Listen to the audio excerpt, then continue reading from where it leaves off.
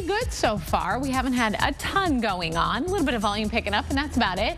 We'll start out here, 67th Avenue to the Stack across the 10. That's, of course, always the first to load up with any sort of delays or volume. And right now, it's about an 8-minute ride ahead of you. If you are here's the Loop 101 up there in Northwest Glendale at 67th Avenue.